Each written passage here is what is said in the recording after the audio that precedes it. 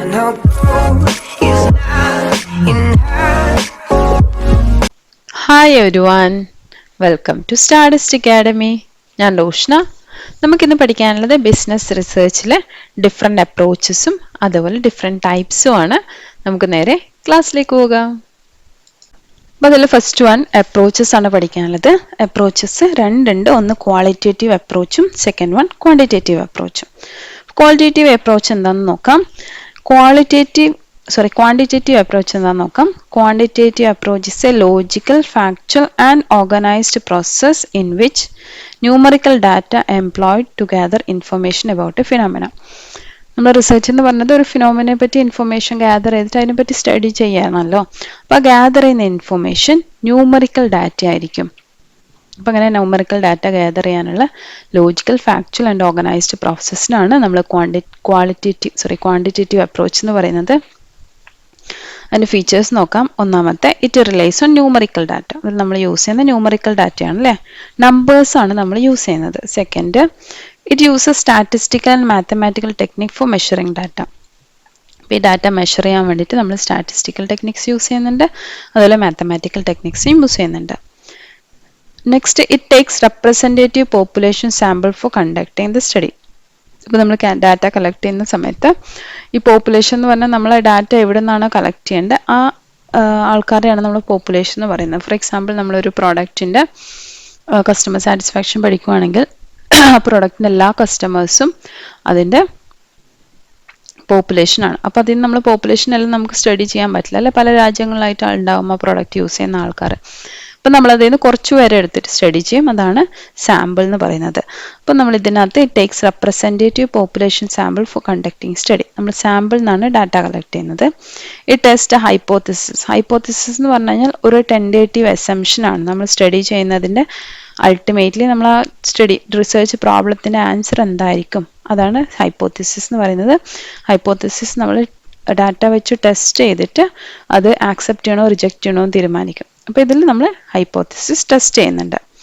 It is N objective impartial approach dependent from the researcher. അപ്പോൾ ഇതിനകത്ത് എന്ന് പറഞ്ഞാൽ റിസർച്ചറിന് വരുന്ന പാർഷ്യാലിറ്റി അല്ലെങ്കിൽ അയാളുടെ ബയാസ്ഡ് ആയിട്ടുള്ള ഒരു പ്രെജുഡിസ്ഡ് ആയിട്ടുള്ള അല്ലെ ബയാസ്ഡ് ആയിട്ടുള്ള ഒരു കൺക്ലൂഷൻ നമുക്ക് എത്താൻ പറ്റില്ല. എന്നുവെച്ചാൽ നമ്മൾ ഡാറ്റ വെച്ചിട്ടാണ് ചെയ്യുന്നത്. നെക്സ്റ്റ്, ഈ formulise generalisation to predict, explain and interpret particular theory or phenomena. അപ്പം ഇതിനകത്ത് എന്താ ചെയ്യുന്നതെന്ന് വെച്ച് കഴിഞ്ഞാൽ നമ്മളൊരു ഫിനോമിനയെ പറ്റിയിട്ട് ഡാറ്റ കളക്ട് ചെയ്തിട്ട് അതിൽ നിന്ന് നമ്മൾ പ്രെഡിക്ഷൻസ് അല്ലെങ്കിൽ ജനറലൈസേഷൻ, അത് നമ്മൾ ആ ഫിനോമിന എക്സ്പ്ലെയിൻ ചെയ്യാൻ വേണ്ടിയിട്ടുള്ള ഒരു ജനറലൈസേഷനിലേക്കാണ് നമ്മൾ എത്തുന്നത്. അപ്പോൾ ഇത്രയാണ് നമ്മുടെ ക്വാണ്ടിറ്റേറ്റീവ് അപ്രോച്ചിൻ്റെ ഫീച്ചേഴ്സ് എന്ന് പറയുന്നത്. ഇപ്പോൾ ക്വാണ്ടിറ്റേറ്റീവ് കഴിഞ്ഞു, നെക്സ്റ്റ് വരുന്ന ക്വാളിറ്റേറ്റീവ് അപ്രോച്ചാണ്. ഇപ്പോൾ ക്വാളിറ്റേറ്റീവ് അപ്രോച്ചിൽ നമ്മൾ എടുക്കുന്നത് qualitative research is gathering and studying data by observing what people do and say. ഇപ്പോൾ ആൾക്കാർ ചെയ്യുന്നതും പറയുന്നതുമായ കാര്യങ്ങളെ നമ്മൾ ഒബ്സർവ് ചെയ്തിട്ട് അതിൽ നിന്ന് ഇൻഫർമേഷൻ ഗ്യാദർ ചെയ്യുന്നത്. അപ്പോൾ ഇതിൻ്റെ ഫീച്ചേഴ്സ് നോക്കാം. ഇത് സബ്ജക്റ്റീവ് ഇൻ നേച്ചർ. അപ്പോൾ ഇത് സബ്ജക്റ്റീവ് ആണ് എന്ന് വെച്ചാൽ അതിനകത്ത് പേഴ്സണൽ ജഡ്ജ്മെൻറ്റ്സ് ഇൻഫ്ലുവൻസ് ചെയ്യും. റിസർച്ചിൻ്റെ പേഴ്സണൽ ഇൻഫ്ലുവൻസ്, നമ്മൾ ക്വാണ്ടിറ്റി ആണ് സ്റ്റഡി ചെയ്യുന്നത്, ഗുഡ് ബാഡ് അങ്ങനെ ആട്രിബ്യൂട്ട്സ് ആണ് സ്റ്റഡി ചെയ്യുന്നത്. അല്ലാതെ നമ്മളതിൽ ഡാറ്റ എടുക്കുന്നില്ല, ന്യൂമറിക്കൽ ഡാറ്റ യൂസ് ചെയ്യുന്നില്ല. സബ്ജക്റ്റീവ് ആയതുകൊണ്ട് തന്നെ നമ്മൾ റിസർച്ചിൻ്റെ ജഡ്ജ്മെൻറ്റ് അതിനകത്ത് ഇൻഫ്ലുവൻസ് ചെയ്യാം. Next, it is inductive because it endeavours to generate models or theories that helps explain particular phenomena. അതേപോലെ തന്നെ അത് ഇൻഡക്റ്റീവ് ആണ്. ഇൻഡക്റ്റീവ് ആൻഡ് ഡിഡക്റ്റീവ് റീസണിങ് ഞാൻ പഠിപ്പിച്ചു തരാം. അപ്പോൾ ഇത് ഇൻഡക്റ്റീവ് ടൈപ്പാണ് ക്വാണ്ടിറ്റേറ്റീവ് അപ്രോച്ച് എന്ന് പറയുന്നത്. Next, it focuses on multiple realities or dimensions of a research problem. ഇപ്പോൾ ഒരു റിസർച്ച് പ്രോബ്ലത്തിൻ്റെ ഡിഫറെൻറ്റ് റിയാലിറ്റീസ് അല്ലെങ്കിൽ ഡിഫറെൻറ്റ് ആസ്പെക്ട്സിനെ പറ്റിയാണ് നമ്മളിതിൽ പഠിക്കുന്നത്. It is a naturalistic approach which attempts to understand the behaviour in a natural setting. അപ്പം നമ്മൾ ബിഹേവിയറൽ സ്റ്റഡീസ് ഒക്കെയാണ് കൂടുതലും ഇതിനകത്ത് യൂസ് ചെയ്യുന്നത്. ഇപ്പോൾ നാച്ചുറൽ സെറ്റിങ്സിൽ നമ്മൾ ഓരോ ബിഹേവിയറാണ് നമ്മളിതിൽ ഒരു naturalistic approach which attempts to understand the behavior in a natural setting. ഒരു നാച്ചുറൽ സെറ്റിങ്ങിൽ വരുന്ന ബിഹേവിയർ ആണ് നമ്മൾ സ്റ്റഡി ചെയ്യുന്നത്. It employs naturalistic method like interview and observation in the process of research. ഇതിനകത്തെന്ന് പറയുന്നത് റിസർച്ച് പ്രോസസ്സിൽ നമ്മൾ ഇൻ്റർവ്യൂ അല്ലെങ്കിൽ ഒബ്സർവേഷൻ ആണ് നമ്മളതിൽ ഡാറ്റ യൂസ് ചെയ്യാൻ വേണ്ടി, അതിൽ കൺക്ലൂഷനിൽ എത്താൻ വേണ്ടി നമ്മൾ യൂസ് ചെയ്യുന്നത്. It endeavors to bring the rich, comprehensive and well-founded data that contribute to exhaustive understanding of a situation. അപ്പോൾ ഇതിനകത്ത് നമ്മൾ കോംപ്രഹെൻസീവ് ഡാറ്റ കളക്ട് ചെയ്യണം. അപ്പോൾ ഡാറ്റ എന്ന് പറയുന്നത് എല്ലാം ക്വാളിറ്റേറ്റീവ് ആണ്. ക്വാളിറ്റേറ്റീവ് എന്ന് പറഞ്ഞാൽ നമ്മൾ കമ്പാരിറ്റീവ് സ്റ്റഡിയാണ് ശരിക്കും ക്വാളിറ്റേറ്റീവിൽ എടുക്കുന്നത്. അപ്പോൾ അതിനകത്ത് compare to this is good അല്ലെങ്കിൽ ദിസ് ഈസ് ബാഡ്, അങ്ങനത്തെ ടൈപ്പ് ഓഫ് ഡാറ്റയാണ് നമ്മൾ ഇതിനകത്ത് യൂസ് ചെയ്യുന്നത്.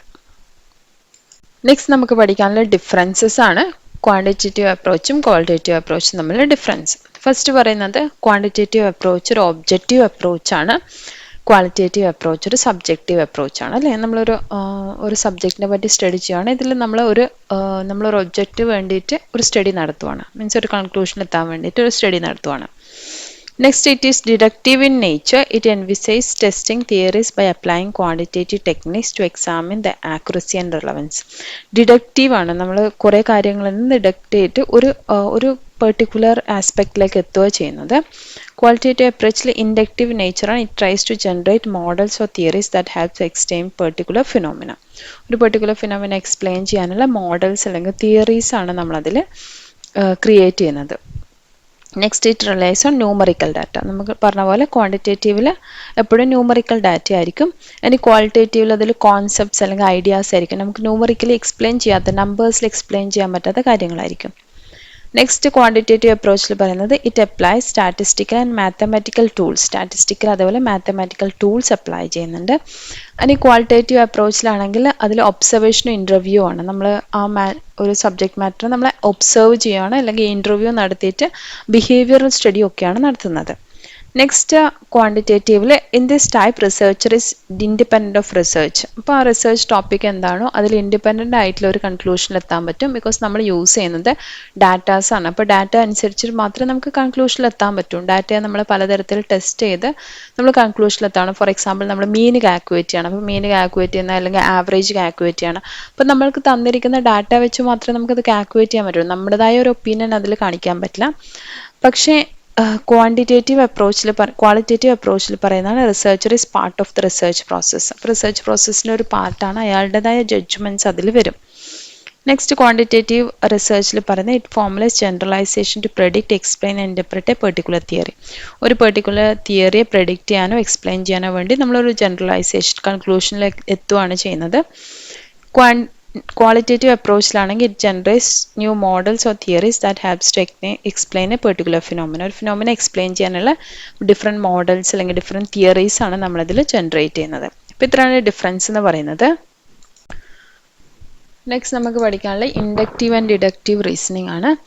സോഷ്യൽ റിസർച്ചിൽ നമുക്കത് ഇൻഡക്റ്റീവ് ആവാം അല്ലെങ്കിൽ ഡിഡക്റ്റീവ് ആവാം. അപ്പോൾ ഇൻഡക്റ്റീവ് എന്ന് പറയുന്നത് logical process of actions and deductions play a crucial role. Inductive reasoning develops from specific observation to broader generalization and theories. ഒരു സ്പെസിഫിക് ഒബ്സർവേഷൻ വെച്ചിട്ട് നമ്മളൊരു ജനറലൈസേഷനിൽ എത്തുകയാണ് അല്ലെങ്കിൽ ഒരു തിയറീസിൽ ബ്രോഡൺ ചെയ്യുകയാണ്. Informally it is referred to as bottom up approach എന്ന് വെച്ചാൽ നമ്മളൊരു കാര്യം വേറൊരു വലിയ ഗ്രൂപ്പിലേക്ക് കൂടി അപ്ലൈ ചെയ്യുകയാണ്. Qualitative type of research is inductive in nature, which tries to formulate models or theories to explain a particular phenomena.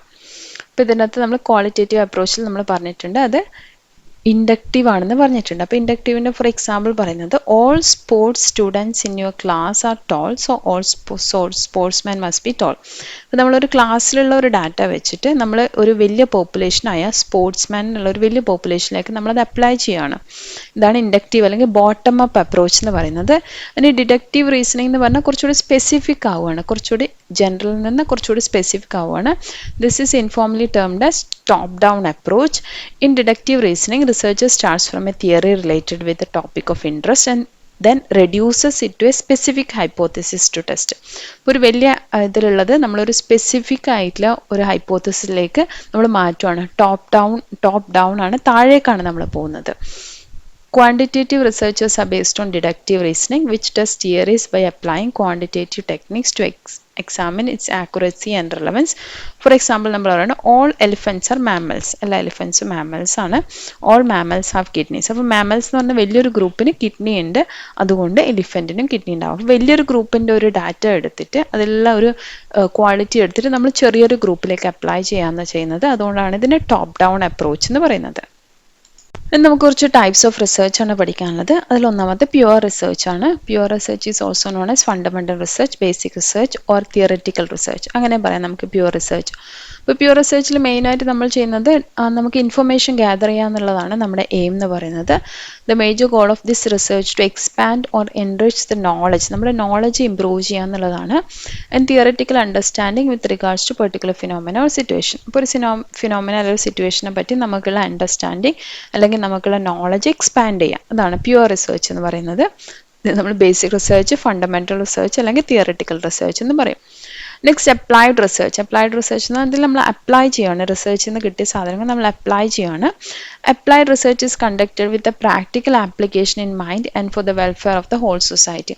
അപ്പോൾ നമ്മൾ കിട്ടിയിരിക്കുന്ന ഇൻഫർമേഷൻ നമ്മളൊരു സ്ഥലത്ത് അപ്ലൈ ചെയ്യുക ചെയ്യുന്നത്. It studies the practical aspects of pure research. Pure റിസർച്ചിൽ നമ്മൾ തിയറിയാണ് കൂടുതൽ നോക്കുന്നത്. ഇത് ആ തിയറി വെച്ചിട്ട് നമുക്കത് ഒരു പെർട്ടിക്കുലർ സിറ്റുവേഷനിൽ എങ്ങനെ അപ്ലൈ ചെയ്യാം, അതാണ് അപ്ലൈഡ് റിസർച്ചിൽ പറയുന്നത്.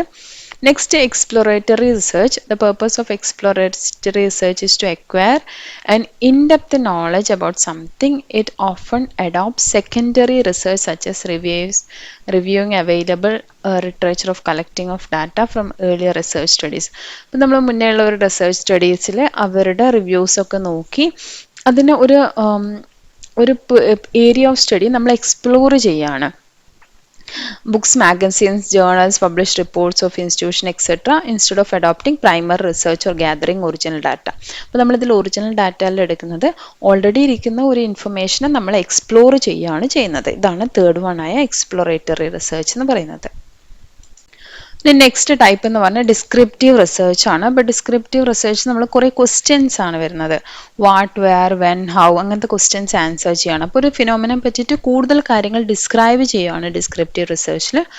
This type of research intends to describe the characteristics about what is being study. നമ്മൾ സ്റ്റഡി ചെയ്യുന്നതിൻ്റെ ഡിഫറെൻറ്റ് ക്യാരക്ടറിസ്റ്റിക്സിനെ പറ്റി നമ്മൾ ആൻസർ കൊടുക്കുകയാണ് ചെയ്യുന്നത്, അതിനെപ്പറ്റി നോളജ് കൊടുക്കുകയാണ് ചെയ്യുന്നത്. Descriptive research involves a collection of data in order to answer questions pertaining to the current status. അപ്പോൾ ഒരു ഫിനോമിനെ പറ്റിയിട്ടുള്ള അതിൻ്റെ കറണ്ട് സ്റ്റാറ്റസിനെ പറ്റിയിട്ടുള്ള ക്വസ്റ്റ്യൻസ് ആൻസർ ചെയ്യാം എന്ന് വെച്ചാൽ കുറേ ക്വസ്റ്റ്യൻസ് വരുമല്ലോ. Who, what, where, when, how ഇങ്ങനത്തെ ക്വസ്റ്റ്യൻസിനെല്ലാം ആൻസർ കൊടുക്കുകയാണ് നമ്മൾ ഡിസ്ക്രിപ്റ്റീവ് ചെയ്യുന്നത്. ഇനി എംപെരിക്കൽ റിസർച്ചിൽ പറയുന്നത് ഇതിൽ എവിഡൻസ് ആണ് കൂടുതലായിട്ട് നമ്മൾ യൂസ് ചെയ്യുന്നത്. Empirical research relates on that are evident by senses and not in any theory അല്ല, നമുക്ക് അറിയാൻ പറ്റുന്ന സെൻസ് ചെയ്യാൻ പറ്റുന്ന എവിഡൻസ് ആണ്. It adopts hypothesis that are testable. Test ചെയ്യാൻ പറ്റണം, നമുക്ക് ടെസ്റ്റ് ചെയ്തിട്ട് അത് ഇന്ന് ടെസ്റ്റ് ചെയ്തത് നമുക്ക് നാളെ വേറൊരു ഡാറ്റ വെച്ച് ടെസ്റ്റ് ചെയ്യുമ്പം സെയിം ആൻസർ കിട്ടുന്ന രീതിയിലായിരിക്കണം. Testable with the help of observation or experiment. ഇപ്പോൾ ഒരു എക്സ്പെരിമെൻറ്റ് ഇന്ന് നടത്തി നാളെ ഇതേ ഐറ്റംസ് വെച്ച് നമ്മളൊരു എക്സ്പെരിമെൻറ്റ് നടത്തുമ്പോൾ സെയിം ആൻസർ കിട്ടണം. അതാണ് എംപെരിക്കൽ റിസർച്ച് എന്ന് പറയുന്നത്. Empirical research is built on observed and measured data and it generates knowledge from actual experience and observation. അപ്പോൾ ആക്ച്വലി നമ്മൾ എക്സ്പീരിയൻസ് അല്ലെങ്കിൽ ആക്ച്വൽ നമ്മൾ ഒബ്സർവ് ചെയ്തത് അല്ലെങ്കിൽ ആക്ച്വലുള്ള ഒരു എക്സ്പെരിമെൻ്റ് വെച്ചിട്ടാണ് നമ്മൾ ഡാറ്റയിൽ നിന്ന് ഒരു ജനറലൈസേഷനിൽ എത്തുന്നത്. Instead of giving undue emphasis on any theory or belief, ഒരു തിയറിയോ ബിലീഫോ അല്ല നമ്മളൊരു എംപെരിക്കൽ റിസർച്ചിൽ യൂസ് ചെയ്യുന്നത്. Next analytical research.